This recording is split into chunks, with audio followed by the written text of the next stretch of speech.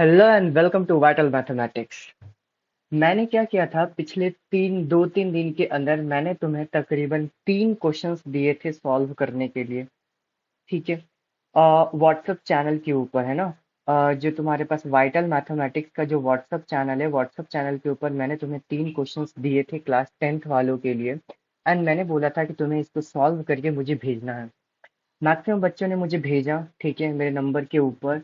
And कुछ बच्चों ने कुछ कुछ गलतियां करी, तो मैंने उनको बताया था कि अब मैं इसका जो भी मैं क्वेश्चंस भेजने वाला हूँ मैं उनकी वीडियो सॉल्यूशन प्रोवाइड करूंगा। तो बेसिकली आज से हम ना अपने प्रैक्टिस सेशन को स्टार्ट कर रहे हैं, ठीक है, इसी वीडियो सॉल्यूशन से। तो पहले स्टार्ट करने से पहले, यानी कि जो क्वेश्चंस मैं लेके आया हूँ, जो मैंने दिए थे वो मैंने लेके आया हूँ, लेकिन अभी इसको स्टार्ट करने से पहले कुछ एक पॉइंट्स मैं तुम्हें समझाना चाहता हूँ। पहला पॉइंट तो हमें ये समझना है, ठीक है, कि मैं तुम्हें रोज यानी कि मंडे से लेके सैटरडे तक एक क्वेश्चन प्रोवाइड करूंगा, ठीक है, एक क्वेश्चन मैं प्रोवाइड करूंगा डेली। ठीक है, कब मैं प्रोवाइड करूंगा? तो मैं तकरीबन 3 बजे मैं तुम्हें प्रोवाइड करने वाला हूँ। ठीक है, 3 बजे मैं तुम्हें क्वेश्चन भेजूंगा। कहाँ पे भेजूंगा? तो मैं वाइटल मैथमेटिक्स के जो व्हाट्सएप चैनल है हमारे पास, व्हाट्सएप चैनल, इसका लिंक मैं डिस्क्रिप्शन में दूंगा, जो व्हाट्सएप चैनल है इसके ऊपर मैं तुम्हें भेजने वाला हूँ। इसके ऊपर क्लास 12th का ही भेजता हूँ, ठीक है, लेकिन मैं तुम्हारा 3 बजे भेजूंगा।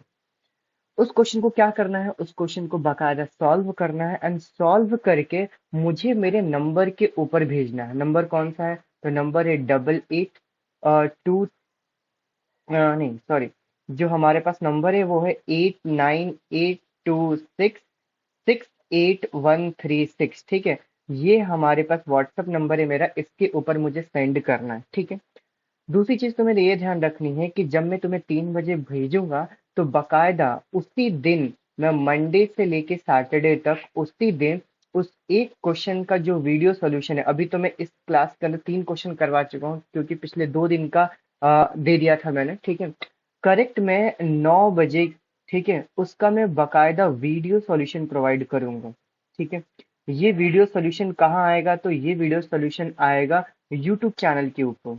ठीक है, इसका भी लिंक मैं तुम्हें दे दूंगा। यूट्यूब चैनल के ऊपर हमारे पास आएगा, ये भी हमारे पास वाइटल मैथमेटिक्स के नाम से ही, वाइटल मैथमेटिक्स के नाम से ही, ठीक है। तो करेक्ट डेली 9 बजे आना है, ठीक है, उसको देखना है।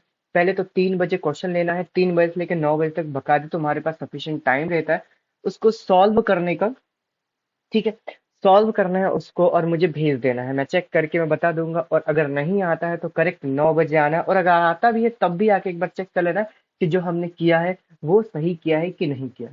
और इन सभी के बीच में जो सबसे बड़ी इंपॉर्टेंट चीज रहती है, ध्यान रखना, कंसिस्टेंसी। ठीक है, कंसिस्टेंसी को मेंटेन करना है। ऐसा बहुत बार होगा कि तुमने किसी चैप्टर को पढ़ लिया होगा अच्छे से, किसी चैप्टर को नहीं पढ़ा होगा, कोई बात नहीं, उससे कोई फर्क नहीं पड़ता। ठीक है, मैं बकायदा उसको वीडियो सॉल्यूशन प्रोवाइड कर रहा हूँ, तो उससे देख के बकायदा रोज एक एक क्वेश्चन करना है। और ये जो मैं क्वेश्चंस भेज रहा हूँ ये सिर्फ और सिर्फ पीवाईक्यू भेजूंगा, ध्यान रखना। अभी मैं 2024 के पीवाईक्यू भेजने वाला हूँ।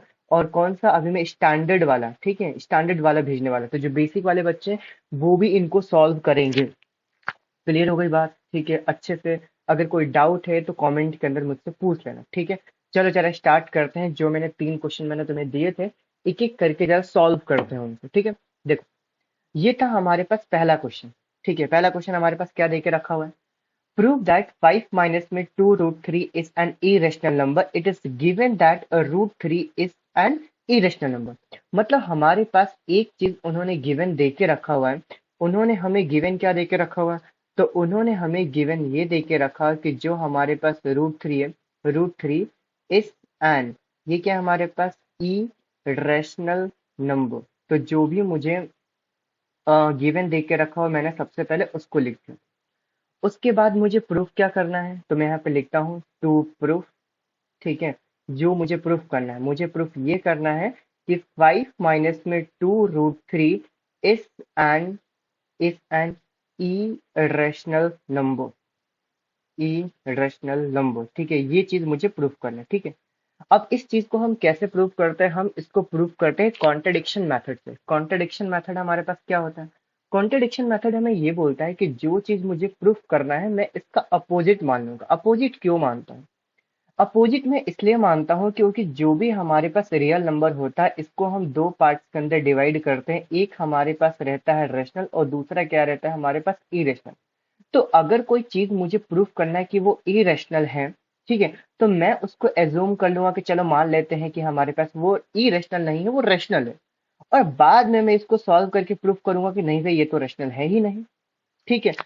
अब फिर मैं बोलूंगा कि अगर वो रेशनल नहीं है तो वो क्या होगा, तो वो ऑटोमेटिक क्या होगा हमारे पास इरेशनल नंबर, क्योंकि जितने नंबर्स के बारे में पढ़ते हैं वो सारे के सारे नंबर क्या होते हैं, रियल नंबर, और रियल नंबर सिर्फ दो ही पार्ट्स के अंदर डिवाइड रहते हैं। चलो जरा इसको प्रूफ करना अपन स्टार्ट करते हैं। और ये क्योंकि एक थ्योरी वाला क्वेश्चन है तो इसकी एक एक लाइन बड़ी इंपॉर्टेंट है ना, तो जरा ध्यान से समझने की कोशिश करना और लिखना है ना, ध्यान रखना, कॉपी निकालो, अगर कुछ गलत किया है तो उसको लिखना है। देखो प्रूफ के अंदर मैं क्या करूंगा, मैं सबसे पहले लेट करूंगा, एज्यूम करूंगा, ठीक है। मैं यहाँ पे बोलूंगा कि लेट 5 माइनस में 2√3 इज अ रेशनल नंबर। मैं ये मानूंगा कि जो मेरे पास 5 माइनस में 2√3 है वो हमारे पास क्या है, रेशनल नंबर है। ठीक है, पहले जरा ये समझते हैं, ये हो गया हमारे पास रेशनल नंबर। तो अगर ये रेशनल नंबर है तो क्या अपन ऐसा बोल सकते हैं कि इसको मैं पी बाई क्यू के फॉर्म में लिखा जा सकता है, क्योंकि रेशनल नंबर की डेफिनेशन ही हमारे पास ये होती है कि रेशनल नंबर वो नंबर होता है जिसको मैं पी बाई क्यू के फॉर्म में लिख सकता हूँ।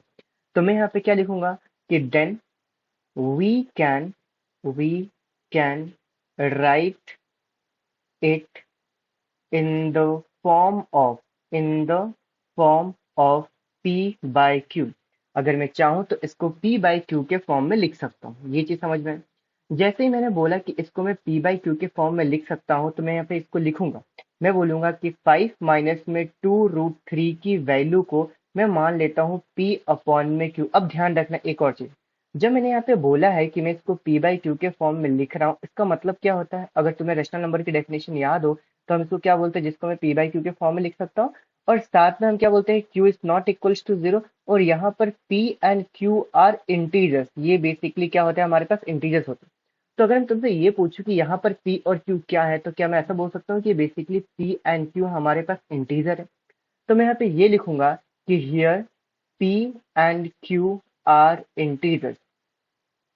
ठीक है, ये जो हमारे पास p और q है ये दोनों के दोनों क्या है हमारे पास, इंटीजर है। अब जरा ध्यान से समझने की कोशिश करना। अब मैं जब इसको सॉल्व करूंगा तो मैंने क्या किया कि यहाँ पे सॉल्व इसलिए करना है क्योंकि मुझे √3 की वैल्यू को, यानी कि इरेशनल वाली वैल्यू को एक साइड करना है, बाकी सारी की सारी वैल्यू को एक साइड करना है। तो मैंने p अपॉन में q की वैल्यू को इस साइड लेके आऊंगा, तो मैंने यहाँ पे लिखा 5 माइनस में p अपॉन में q इक्वल्स टू -2√3 को जब मैं उधर भेजूंगा तो ये कितना आ गया, 2√3। अब मैं इधर अपॉन में 1 लेके इसको सॉल्व करूंगा तो अपॉन में कितना आ गया मेरे पास, q। q इधर मल्टीप्लाई होगा तो कितना आ गया, 5q माइनस में p इक्वल्स टू इधर क्या कर दिया, 2√3। डन, ये बात क्लियर है। आगे चलते हैं नेक्स्ट पेज पे। अभी जो 2 दे के रखा हो ना, इस 2 को मैं नीचे भेज दूंगा। तो 2 को जब मैं नीचे भेजूंगा तो ये क्या हो जाएगा, 5q माइनस में p अपॉन में, क्या मैं इसको 2q लिख दूं, इक्वल्स टू हमारे पास कितना आ गया, रूट। अब ये जो हमारे पास स्टेटमेंट है ना, मतलब ये जो हमारे पास इक्वेशन है, इसको समझना बहुत ज्यादा इंपॉर्टेंट। सबसे पहले अगर मैं इसके लेफ्ट वाले पार्ट को देखूंगा तो यहाँ पर इसको लिखना नहीं है ना, बस समझाने के लिए बता रहा हूँ। ये जो हमारे पास लेफ्ट के अंदर ये जो p और q है, ये बेसिकली क्या, ये दोनों के दोनों इंटीजर है। जरा समझने की कोशिश करना मैं क्या बोलना चाह रहा हूँ। तो अगर मैं नीचे 2q के अंदर मैं ध्यान से देखूंगा तो अगर q एक इंटीजर है तो 2 से मल्टीप्लाई करने पे नीचे वाली जो वैल्यू बनेगी, ये क्या, नीचे वाली वैल्यू हमारे पास इंटीजर बनेगी। वैसे ही अगर p और q हमारे पास इंटीजर है तो q अगर इंटीजर है तो 5 से मल्टीप्लाई करूंगा तो क्या वो इंटीजर रहेगा, जी हाँ। और इस वाले ये 5q में से अगर मैं p एक इंटीजर वैल्यू को माइनस करूंगा तो ऊपर भी क्या बनेगा, ऊपर भी इंटीजर बनेगा। तो अगर ऊपर भी इंटीजर है और नीचे भी इंटीजर है तो इंटीजर अपॉन में इंटीजर, देखो ध्यान से, यहाँ पे बताया था ना मैंने कि ये p और q दोनों के दोनों क्या है हमारे पास, इंटीजर है। तो अगर ऊपर नीचे दोनों इंटीजर आ रहे तो क्या मैं इसको रेशनल नंबर बोल सकता हूँ। इसका मतलब ये हुआ कि जो इसका लेफ्ट वाला पार्ट हमारे पास दे के रखा हुआ है ना, तो इंटीजर बोल सकता हूँ, रेशनल नंबर बोल सकता हूँ, ठीक है। तो जो इसका लेफ्ट वाला पार्ट दे के रखा हो ये बेसिकली पूरा का पूरा क्या हो गया, ये हो गया हमारे पास रेशनल नंबर। लेकिन क्वेश्चन के अंदर बकायदा हमारे पास दे के रखा हो कि √3 हमारे पास, यानी जो राइट वाला पोर्शन है, ये हमारे पास क्या है, ये हमारे पास है ई रेशनल नंबर। समझ में आ रहा है क्या बोलना चाह रहा हूँ, फिर से बोल रहा हूँ। जब मैं अपने लेफ्ट वाले पार्ट को सॉल्व करूंगा तो सॉल्व करने के बाद ये मेरे पास एक रेशनल नंबर देगा, लेकिन जो राइट में सॉल्व करके आंसर आ रहा है वो तो हमारे पास इरेशनल नंबर है। तो क्या ऐसा पॉसिबल हो सकता है? आंसर है नहीं, ऐसा पॉसिबल नहीं हो सकता। ठीक है, तो मैं सबसे पहले इन सबको इरेज कर रहा हूँ ना, ये सिर्फ समझने के लिए था। मैं इसको एक बार फिर से लिख दूंगा, ठीक है ना? क्या समझाया मैंने? अभी मैंने ये समझाया कि लेफ्ट वाले पोर्शन को मैं पी और क्यू दे के रखा, वो दोनों के दोनों वाला पोर्शन सॉल्व करके आएगा, ये हमारे पास एक रेशनल नंबर होगा। लेकिन जो राइट में हमारे पास वैल्यू दे के रखी हुई है ये तो हमारे पास इरेशनल है। हमें कैसे पता चला? ये तो गिवन में है ना, देखो क्वेश्चन के अंदर ही हमारे पास गिवन दे के रखा। तो मुझे यहाँ पे स्टेटमेंट लिखना पड़ेगा। क्या स्टेटमेंट लिखना पड़ेगा? यहाँ पे क्या लिख रहा हूँ कि since P and Q R integers, ध्यान देना ना, क्योंकि ये जो P और Q हैं ये दोनों के दोनों हमारे पास इंटीजर्स हैं, ठीक है। देन 5Q माइनस में P अपॉन में 2Q, जब मैं इसको सॉल्व करूंगा तो ये हमारे पास रेशनल नंबर होगा। मैं क्या लिखूंगा? Will be and will be a rational rational number, ठीक है। But √3 is an irrational irrational number, ठीक है। ये कैसे हुआ? तो ये हमारे पास गिवन देके रखा हुआ है, ठीक है। तो मैं यहाँ पे क्या बोलूंगा कि ये जितना तामझाम हुआ है या फिर जो चीजें गलत गलत आ रही हैं, ये गलत क्यों आ रही है, ठीक है। तो मैं यहाँ पे लिखूंगा कि ये कॉन्ट्राडिक्शन हमारे पास इसलिए अराइज हुआ है क्योंकि जो मैंने पीछे अजम्पशन लेके रखा हुआ, ये जो मैंने लेट करके रखा हुआ है, यही गलत करके रखा हुआ। तो मैं यहाँ पे स्टेटमेंट क्या लिखूंगा? मैं यहाँ पे स्टेटमेंट ये लिखूंगा कि contradiction this contradiction arises arises due to our wrong assumption due to our wrong assumption, ठीक है। एंड रॉन्ग assumption था क्या? मैं यहाँ पे लिख रहा हूँ दैट इज 5 माइनस में 2√3 इज अ रेशनल नंबर। देखो मैंने क्या बताया?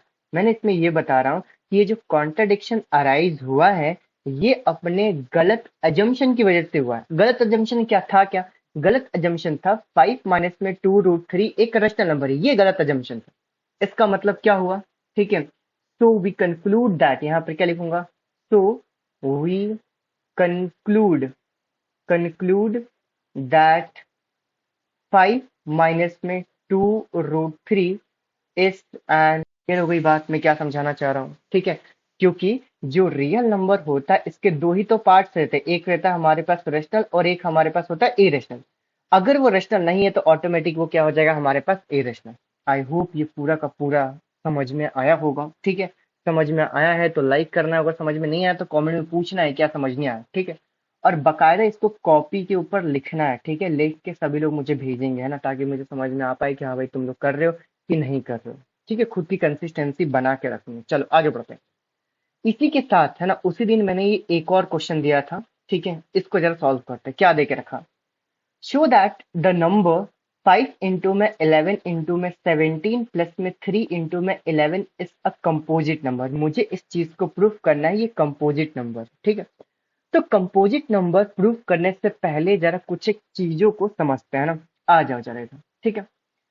अभी ये लाइन छोड़ दो ना, इसको मैं समझाऊंगा। सबसे पहले प्राइम नंबर क्या होता है मैंने समझाया था, अगर नहीं देखा है वीडियो तो जाके देखो। प्राइम नंबर वो नंबर होता है जिसके जो फैक्टर होते हैं वो फैक्टर कितने होते हैं? दो फैक्टर होते हैं।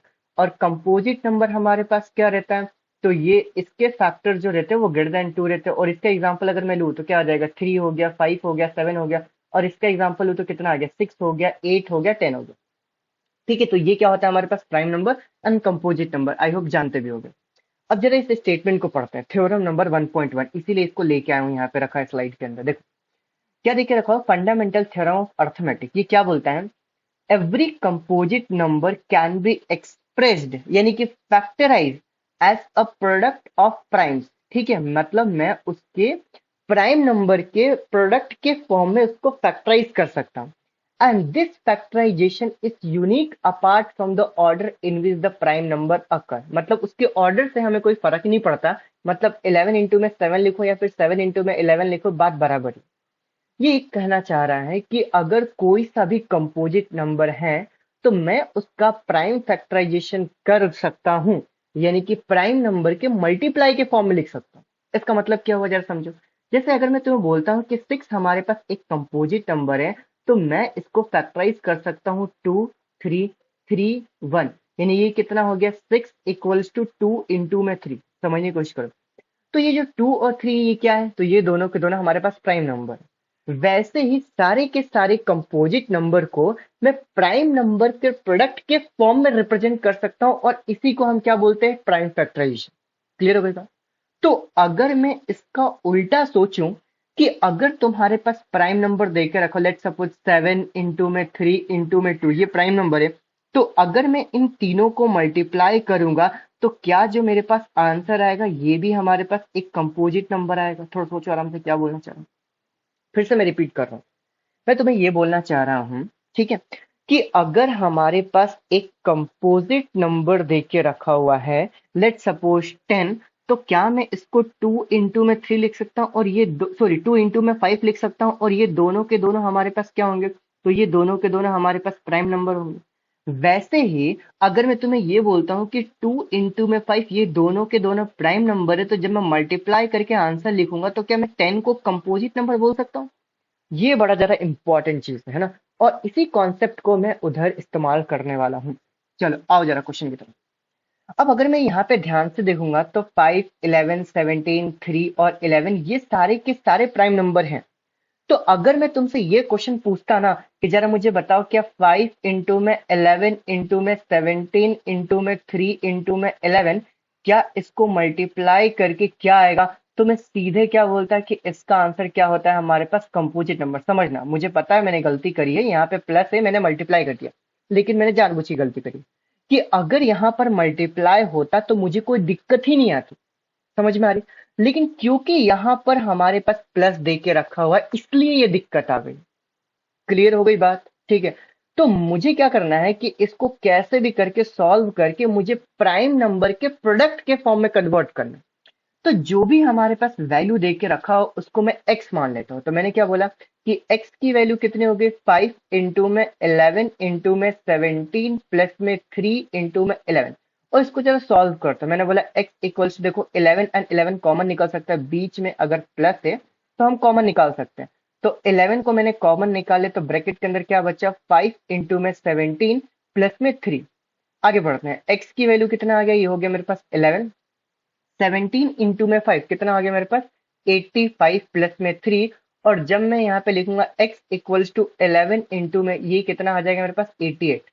अब कुछ बच्चों ने जो मुझे सॉल्व करके भेजा था उन्होंने 11 × में 88 ही कर दिया, ठीक है। यहीं पे बोल दिया कि हाँ भैया देखो ये मल्टीप्लाई के फॉर्म में आ गया। लेकिन अगर मैं तुमसे पूछूं क्या 88 एक प्राइम नंबर है, क्या आंसर ही है। तो मुझे क्या करना है, मुझे इसको प्राइम नंबर के मल्टीप्लाई के फॉर्म में कन्वर्ट करना है। तो मैंने क्या बोला, x इक्वल्स टू 11। क्या मैं 88 को ऐसा लिख सकता हूँ, 11 × में 8, अभी भी 8 हमारे पास प्राइम नंबर नहीं आया। तो मैंने क्या बोला, x इक्वल्स टू 11 × में 11, और जब 8 का प्राइम फैक्टरेशन करेंगे तो ये 2 × 2 आ चुका। मैंने बोला हाँ बिल्कुल, यानी कि जो x की वैल्यू हुई वो कितनी हो गई, तो ये हो गया 11 का स्क्वायर इंटू में इधर कितना आ गया 2 का क्यूब। मुझे ये पावर से कोई मतलब नहीं है, लेकिन वैल्यू जो हमारे पास आई है, क्या ये दोनों के दोनों प्राइम नंबर है, क्या हाँ ये भी प्राइम नंबर है और ये भी प्राइम नंबर है। और जो हमने अभी ये थ्योरम पढ़ा था वो यही तो पढ़ा था, एक कंपोजिट नंबर को मैं प्राइम नंबर के फॉर्म में कन्वर्ट कर सकता हूं। तो क्या मैंने यहां पर एक जो एक्स वाली वैल्यू थी इसको प्राइम नंबर के मल्टीप्लाई के फॉर्म में कन्वर्ट कर दिया है क्या, तो मैंने बोला हाँ बिल्कुल कर दिया है, ठीक है। तो फिर मैं यहाँ पे स्टेटमेंट लिखूंगा, क्या लिखूंगा कि हियर 2 and 11, ठीक है, आर प्राइम नंबर। ये जो 2 और 11 है वो हमारे पास क्या है, प्राइम नंबर है, ठीक है। तो मैंने क्या बोला कि देन 2 to the power, या फिर एक काम करते हैं ये 11 जो देके रखा 11 to the power 2 इंटू में 2 to the power 3 will be क्या हो जाएगा, will be a composite composite number. क्यों होगा कंपोजिट नंबर, तो यहाँ पे चलो स्टेटमेंट भी लिख देता हूँ, है ना, तुम्हारे समझने के लिए, है ना। मैं यहाँ पे लिख देता हूँ अकॉर्डिंग टू, कौन सा थ्योरम, देखो यहाँ पे नाम है fundamental theorem of arithmetic. According to fundamental theorem theorem of arithmetic arithmetic. Clear हो गई बात? According to fundamental theorem of arithmetic से ये चीज क्या हो गई हमारे पास, कंपोजिट नंबर हो गए। यानी कि 11 स्क्वायर इंटू में 2 का क्यूब क्या दे के रखा हो, एक्स। तो मैं यहाँ पे क्या लिखूंगा, x will be a composite number. ये क्या होगा हमारे पास, एक कंपोजिट नंबर होगा। और एक्स की जगह है कौन सी चीज, तो एक्स की जगह जो लेके बैठा हुआ है वो है, ये देखो, ये ऊपर से जो एक्स की वैल्यू है वो क्या है हमारे पास, 5 इंटू में 11 इंटू में 17 प्लस में 3 इंटू में 11। ठीक है, मैं यहाँ पे क्या लिखूंगा, is a composite is a composite number. और इसी चीज को मुझे प्रूफ करना था और ये हो गया हमारे पास आंसर। क्या समझ में आया? क्या सही से बताना, समझ में आया, क्लियर हुआ? ठीक है, चलो आगे बढ़ते हैं। एक और क्वेश्चन दिया था, है ना? एक और क्वेश्चन ये दिया था मैंने यहाँ पर 29 वाला। ठीक है, समझते हैं जरा क्या दे के रखा हो ये चीज। 29 वाला क्वेश्चन में ये दे के रखा हो कि 3 year ago Rashmi was thrice as old as Najma, है ना? ये चैप्टर नंबर 4 का है, सॉरी चैप्टर नंबर 3 का ये क्वेश्चन हमारे पास दे के रखा हुआ है। तो समझने की कोशिश करना, ठीक है? अगर तुमने चैप्टर नंबर 3 नहीं पढ़ा है ना, तो अभी मैं बताऊंगा, बाकी जिन्होंने पढ़ लिया उनके लिए है, ठीक है? मैक्सिमम चीज समझ में आएंगी। चलो देखो, 3 years ago Rashmi was as old as Najma. यहाँ पे दो लोगों की बात चल रही है, एक तो हमारे पास है रश्मि और एक कौन है हमारे पास, नजमा।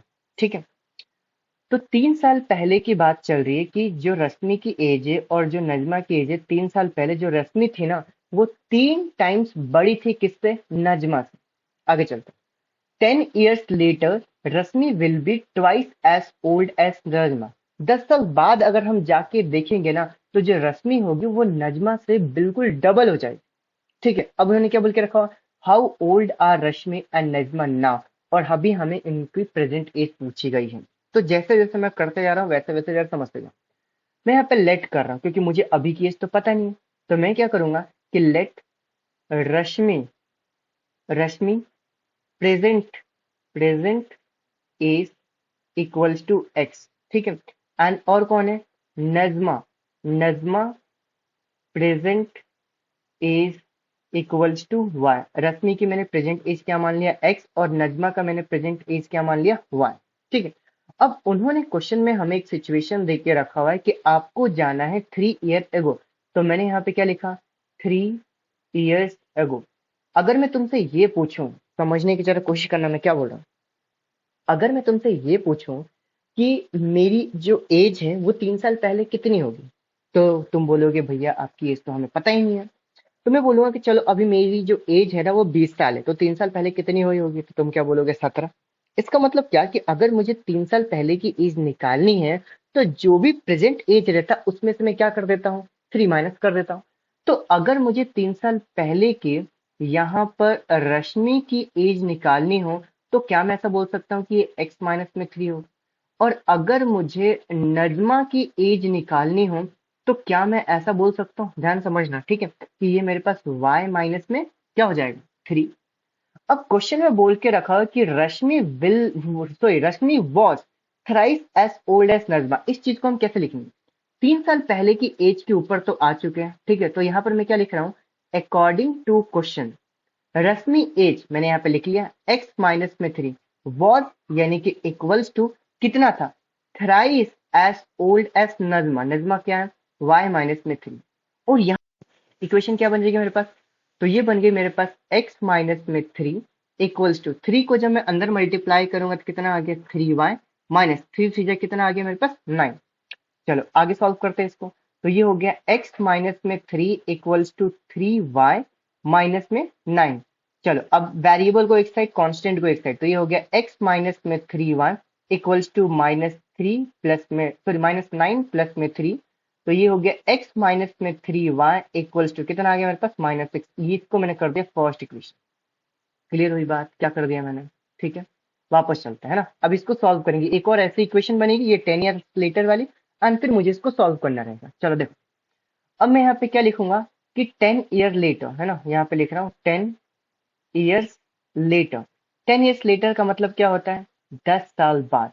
तो अगर मैं तुमसे ये पूछूं कि अब जरा मुझे बताओ 10 साल बाद रश्मि की एज कितनी होगी, तो क्या मैं उसमें 10 ऐड कर दूंगा? जैसे मेरी एज अभी 20 साल है, मैंने तुमसे ये पूछा कि 10 साल बाद मेरी एज कितनी होगी, तो तुम क्या बोलोगे? 30 साल। तो हम कर क्या रहे हैं? 20 में 10 को ऐड कर रहे हैं। ऐसे ही रश्मि की एज जब मुझे निकालनी है तो मैंने क्या कर दिया? x प्लस में 10। और अगर मुझे नजमा की एज निकालना है तो नजमा की एज, चल देखो, नजमा की एज हमारे पास कितनी हो जाएगी? तो ये हो जाएगी हमारे पास y प्लस में 10। क्लियर हो गई बात? चलो, जैसे ही हमने ये किया तो अ, वापस चलते हैं अकॉर्डिंग टू क्वेश्चन के ऊपर, है ना? क्वेश्चन जरा ध्यान से पढ़ो।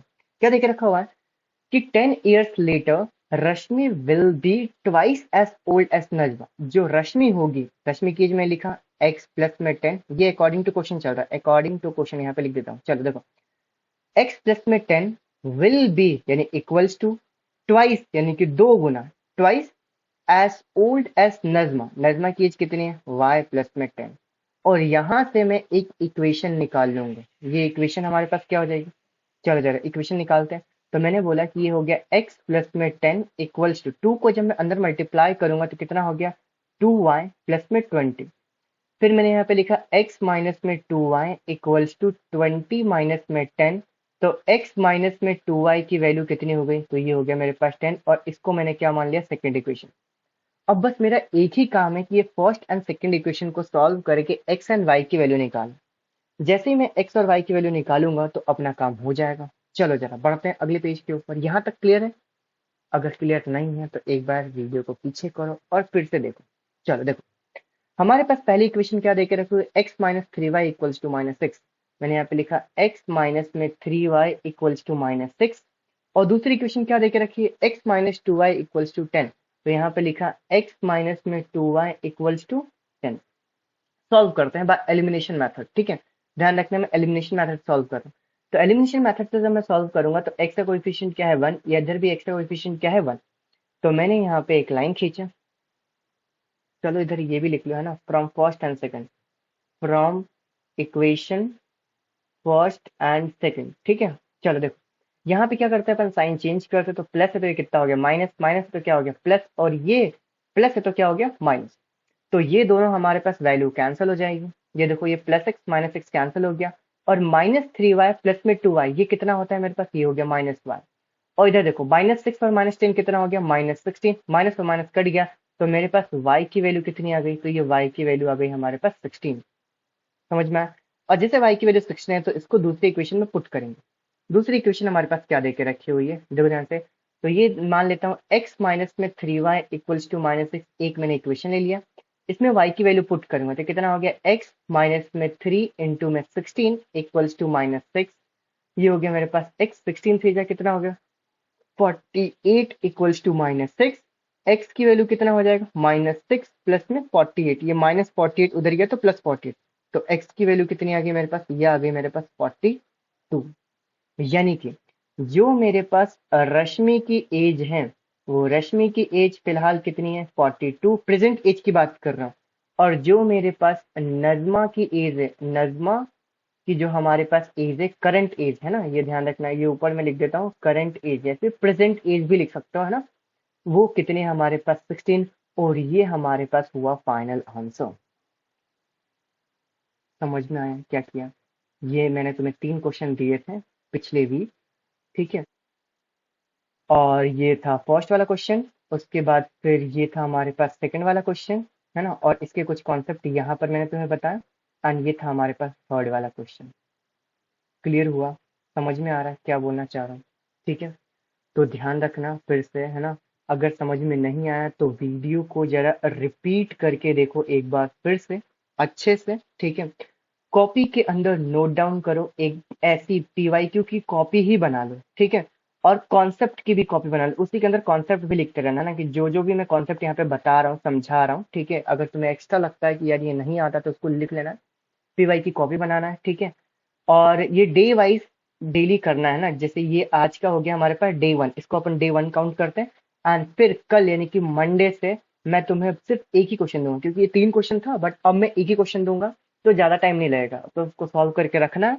और करेक्ट मैं 9 बजे, ठीक है, उसका वीडियो सोल्यूशन मैं तुम्हें प्रोवाइड करूंगा। हो सकता है थोड़ा लेट भी हो जाए क्योंकि काम बहुत ज्यादा रहता है, ठीक है? 9 बजे मैं तुम्हें वीडियो सोल्यूशन प्रोवाइड करूंगा, उस पर चेक करना है कि हमने सही किया है या गलत किया है। और कंसिस्टेंसी मेंटेन करके रखना है, ठीक है। 8982668136 इस पे व्हाट्सअप करना है मुझे सॉल्व करने के बाद, ठीक है। और कुछ, आई होप आप सबको समझ में आया होगा। अगर समझ में आया है तो बकायदा लाइक करके जाना है, ठीक है। समझ में नहीं आया है तो मुझसे कमेंट के अंदर पूछना है, और अभी तो मैंने नंबर भी दे दिया तो इधर भी पूछ सकते हो, ठीक है। मतलब मुझे मैसेज कर सकते हो, जब मैं फ्री रहूंगा मैं उसका रिप्लाई करूंगा, ठीक है। और इन दोनों से पहले सब्सक्राइब कर लेना है, ठीक है ना। कितने बजे मिलेंगे? करेक्ट 3 बजे तुम्हें मिलना है व्हाट्सअप चैनल के ऊपर, ठीक है। और 9 बजे मुझसे मिलना है, कहाँ पर? इसी पे, है ना, यूट्यूब चैनल के ऊपर। देन क्लियर हो गई बात। दोस्तों को शेयर करना है, ठीक है, ताकि उनको भी समझ में आ जाए कि हमें पीवाईक्यू करना बहुत ज्यादा इंपॉर्टेंट है। Once again, thank you so much, bye bye.